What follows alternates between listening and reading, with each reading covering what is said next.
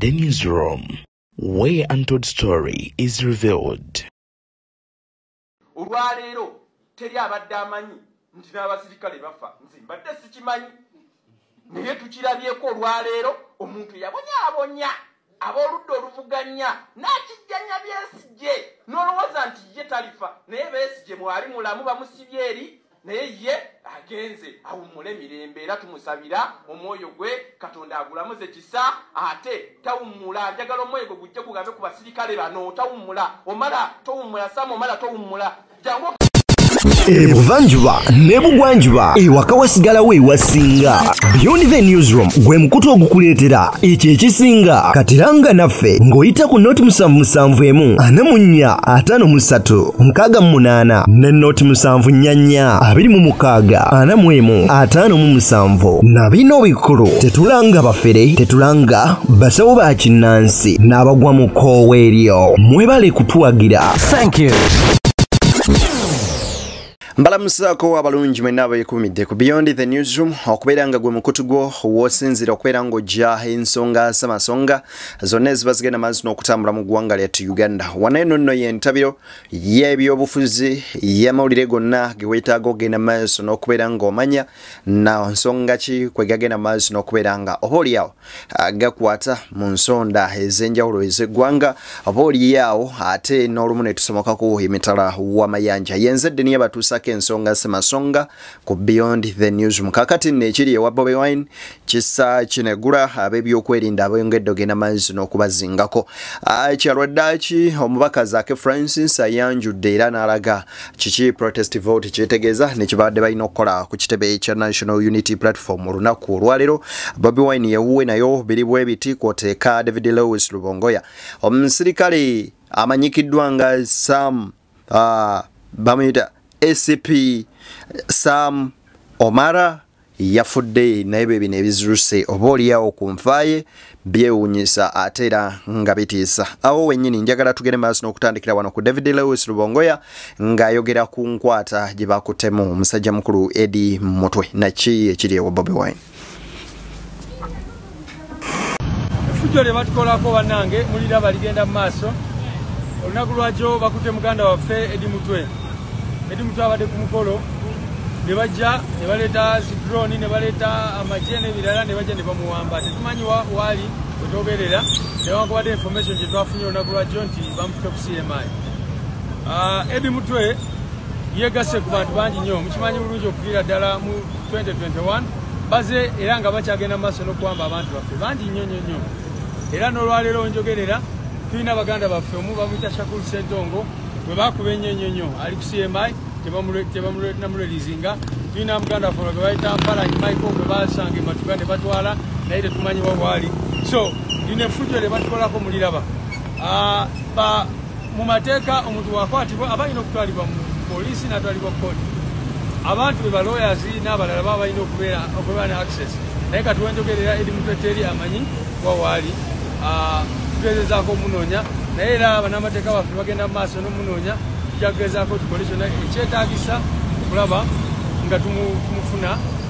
Bwe baba balina omusango gwonna gwe bamuvunaana atwalibwe mu kooti awozesebwe mu mateeka. Kaseera kakwennyamira nnyo oboolyawo eri bannankyukakyuka bonna nga security ya Robert Kyagulanyi Ssentamu Bobi Wine yagenda maaso n'okubeera ng'eggwera mu kkomera yonna okuli yakireewo Kivumbi.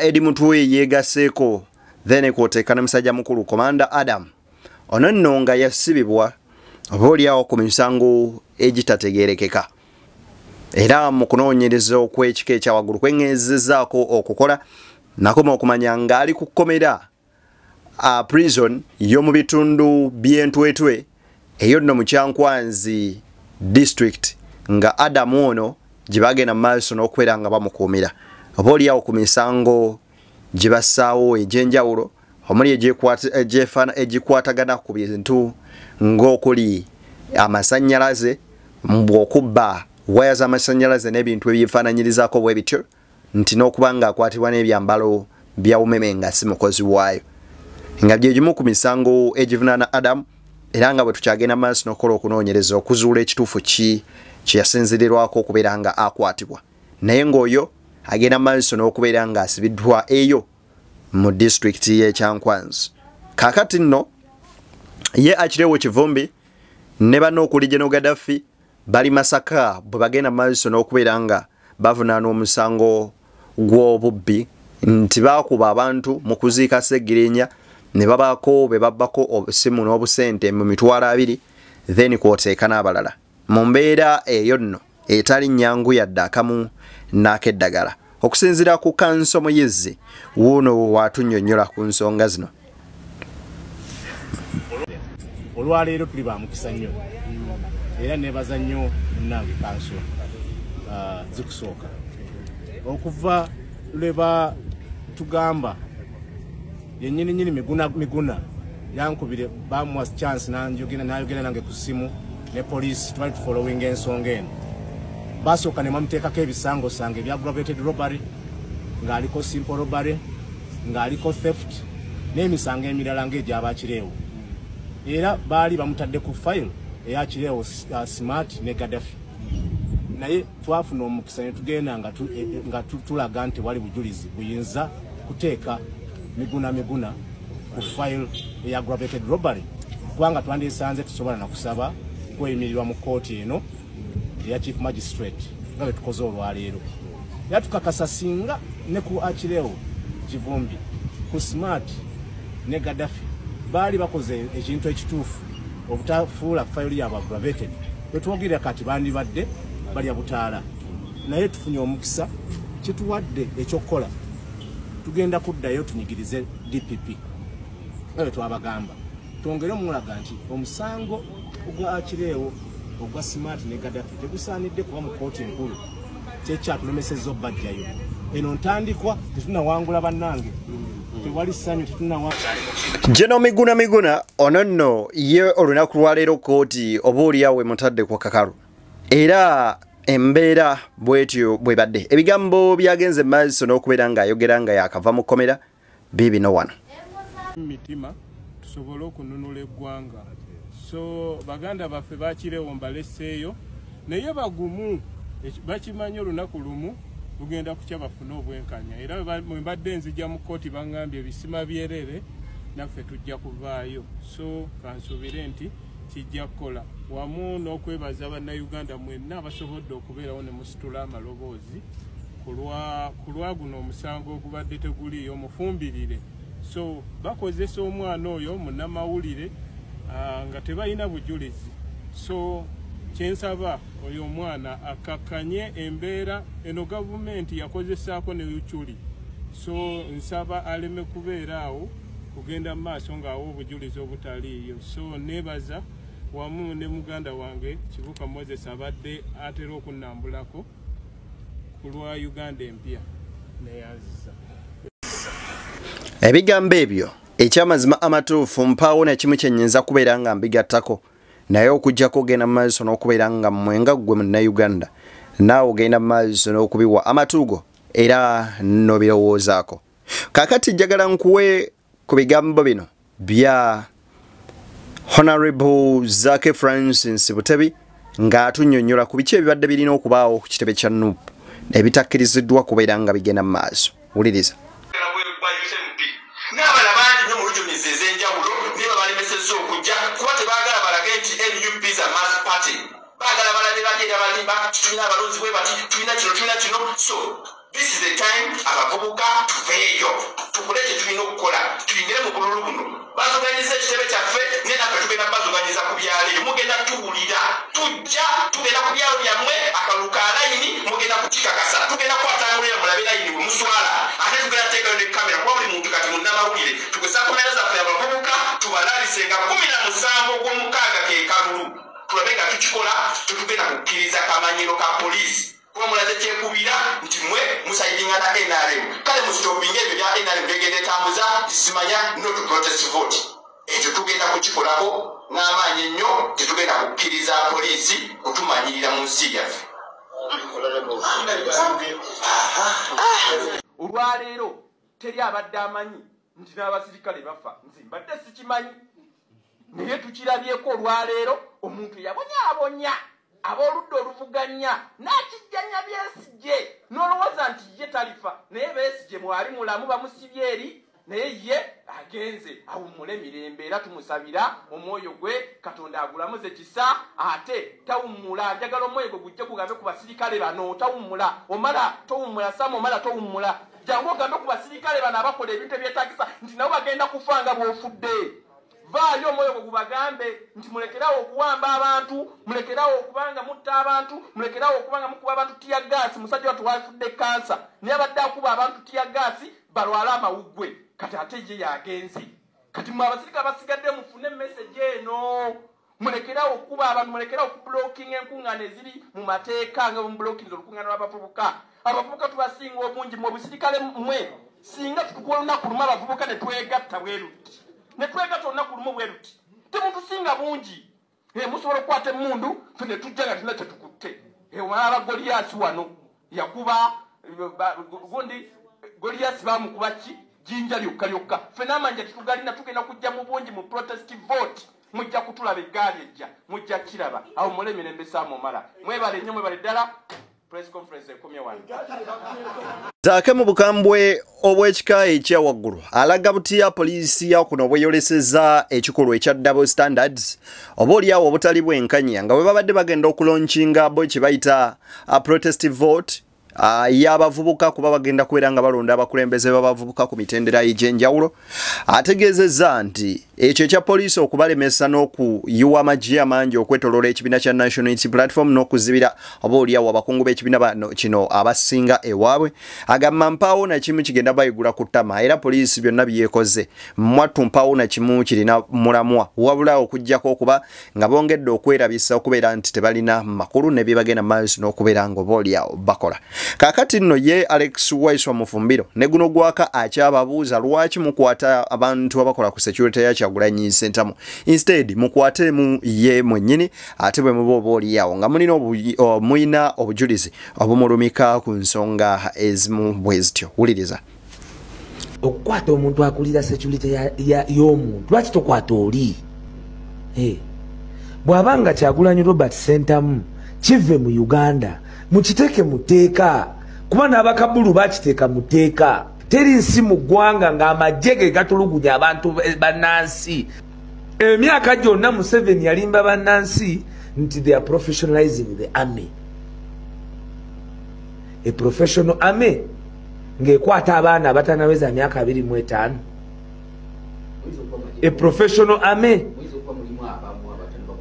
tekisoboka kugamba nga nti kutosobola gamba bana Uganda nti mulimu abamu nga sente zonna tuzibawo okutuwa the best n'okwata omuntu n'omuwamba n'omukuba n'otakoma mumukuba n'osalawo ogende n'ewaka ewuwe abaana be mukazi we nabo batekeko tocha obatulugunye ng'obalaga nti omulense naye n'omutwala n'omukubira mu maaso ga mukyala we era mwe mukakasa nti eno ensi mugenda kugirya mwekka mugimaleko era temukkiriza nti wayinza okubeerawo omwoyo ogulidda kubanga bw'okola ekyo ekintu omuntu omwana we bw'anaakula ng'ajjukira ekyo gwe olowooza generation ye genda koma kwono obukyayi bwe musiga nga mubusiga olwakabbira mubusiga olw'obuyinza mulowooza mugenda kuwangaala kubanga gwe oyinza okulowooza oli 50 kyogamba mugenda kitambuza paka ku muzzukulu nakana bannayuganda bali bakyali bajjeganga bolowooza bwe balizuukuka nga bazuukira ku bazzukulu bammwe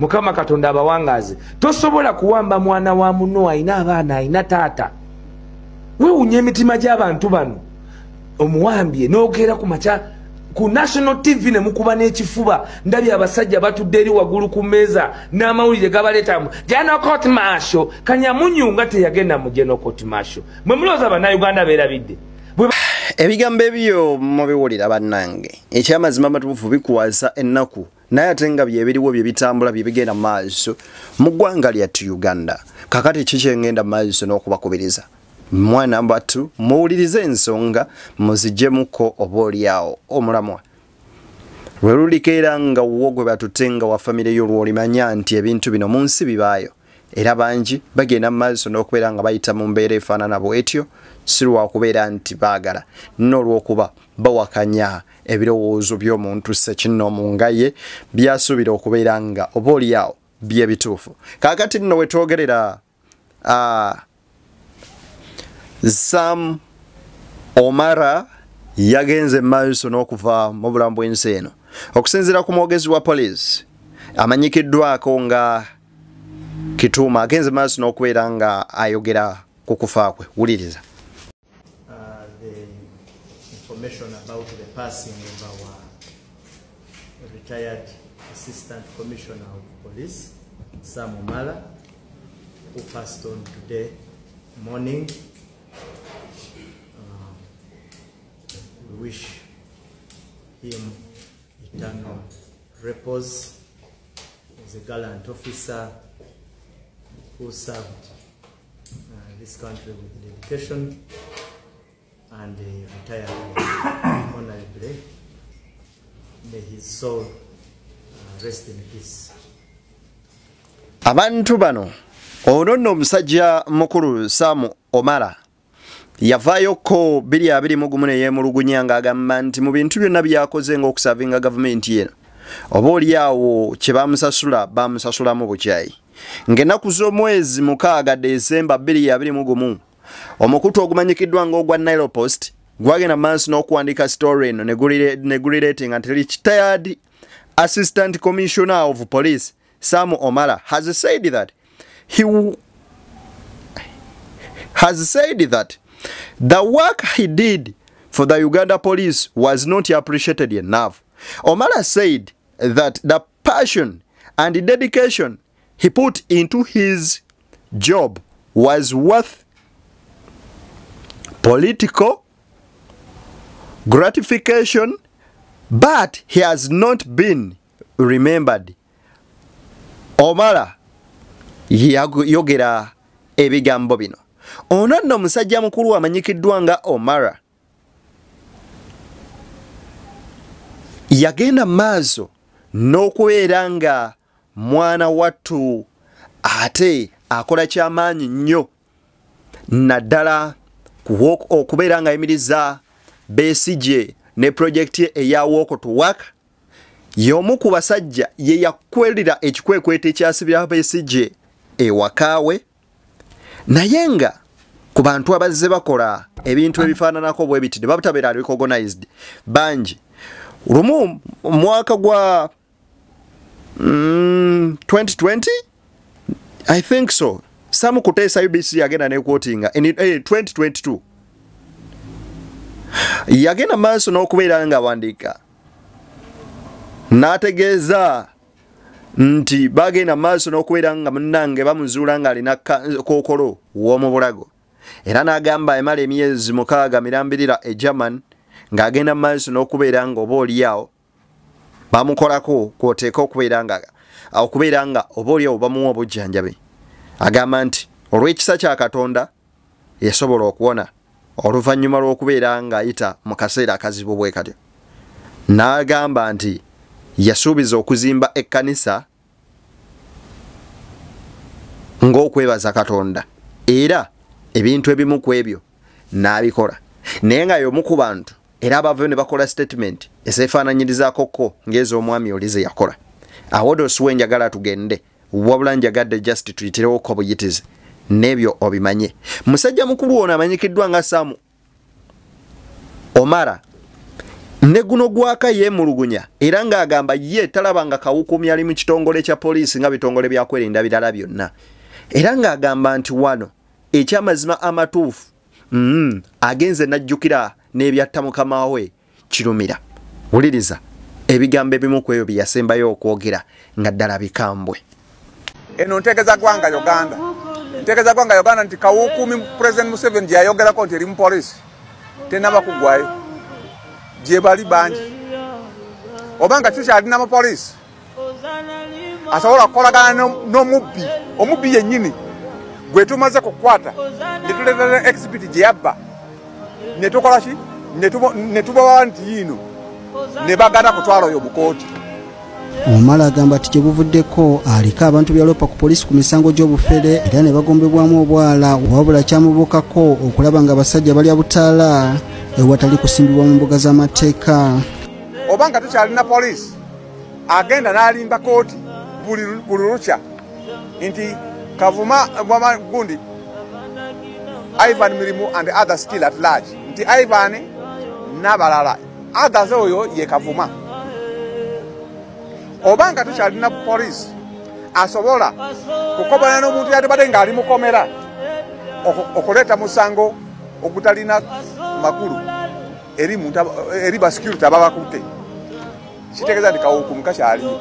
Ono alangidde ekitongole CIID okukola emirimu mu ngeri yagadde bengalye ne bakulembeza okulya enguzi okusinga okuyamba abantu era yagala Ssaabaduumizi wa poliisi Martin Okoth Ochola akola okunoonyereza okw'amangu ku nsonga eno. Yino kati njogede lwato njogede kati nga musezaza agule saani njogede nti waliwo pa police akola ki leka IGP anonyereza ensonga eno naye takozesa abantu be bamu. Omala yanise ekitongole kya poliisi nga kijjudde Kawukumi alemeseza abasirikale abatendeke okukola obulungi emirimu gyabwe. Njagala okutegeeza bana Uganda nti okulwanyisa enguzi mu Uganda tejja kuba kyangu olw'ensonga eno. Bw'ogana nguzi ku ango A ejja kutwalibwa ku ango B ate aziridde n'aziwadde balina okwegatta kulwanyisa gwaganye.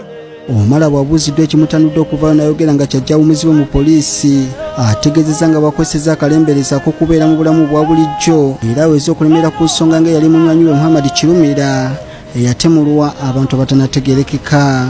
Obanga okyali musirikale eriko ngeri gye obeerako mu ssibe katono nga emimwa bagitaleko katambaala tomala gayogera byonna naye kati nze nina right yange ng'omuntu buli ekirina entandikwa bwibeera n'ekikomo. Nze natandika kubaawo nga lumu mwezi gwa nkaaga mwezi gwa kusatu mwaka gwa nkaaga bwe ndaba nga kituuse nga bwekito bwekiri nyenkomekereze mwe munaawulira munaga nti mala yabyogerako nga kati tugamate Kiruma yabyogerako n'agenda. Finally musajja mukulu ono naye amaze n'agenda. Ebigambo bino yabyogera oba oliawo bambi waliwo ekigambo mu bitongole by'okwerinda kibayita order. Omuntu yenna asobola okukola ekintu nga yes kye yandikoze era nga takyagala kikola, but because of order eva eri mukama we ng'alina okukikola kubanga ekyo kye yalayira okukola n'okusayininga. Kale oba oliawo tukwatirwemuko ekisobo olumu ku basajja abo babeera mu uniform n'abakyala nabo waliwo bye batuuka ne bakola nga tebabikola ku lwabwe nenge embeera ebaforcinga okubeera nga mwantu babikola. Wuliriza njagala nkuddizeyo kaakatambi olabeko obuvumu n'amaanyi ge yakozesanga mu kusavinga mu kitongole kya poliisi era ono yakola ekyamaanyi nnyo mu kubeera nga ayimiriza enteekateeka za Kano Kizza Besigye nga wetwogerera akadde Kano Kizza Besigye ali mabega wa mitayimbwa mu mbuzi ekogga mwanattu gy'atemeza kyokka nga ye essaawa eno Sam Omala membuyaga zembuyaga ezikaze engoye. I'm here in control. Don't be worried, they just be there. Kampala North Operations Commander Samuel Omala led the police deployment at the opposition leader's home. He successfully effected the preventive arrest campaign, keeping Dr. Besigye in check every time he stepped out of his door.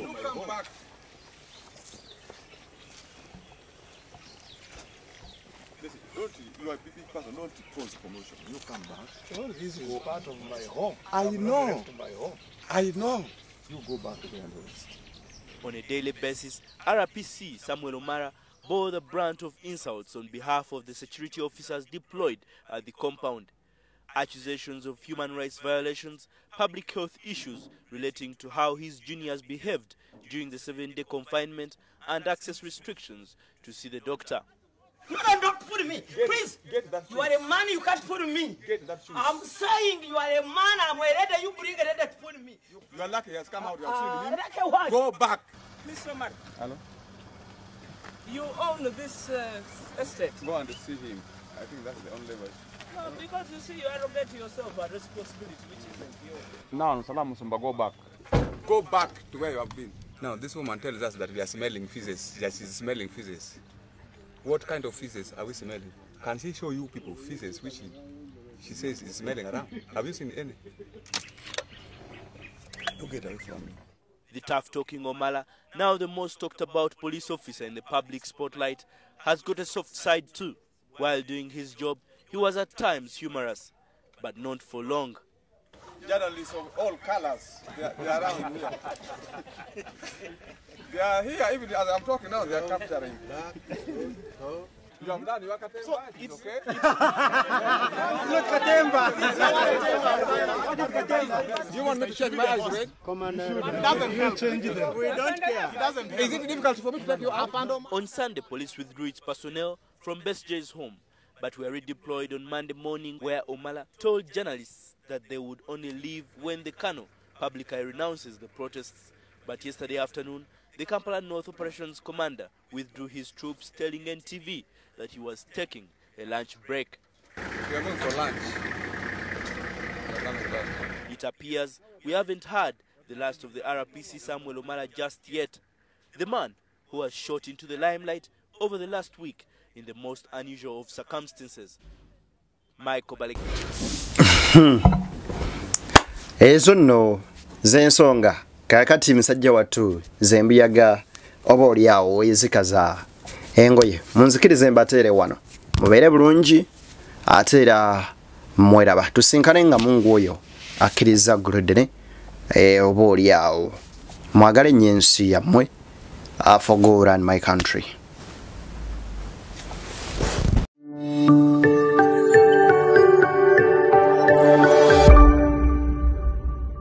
Beyond the newsroom, where untold story is revealed.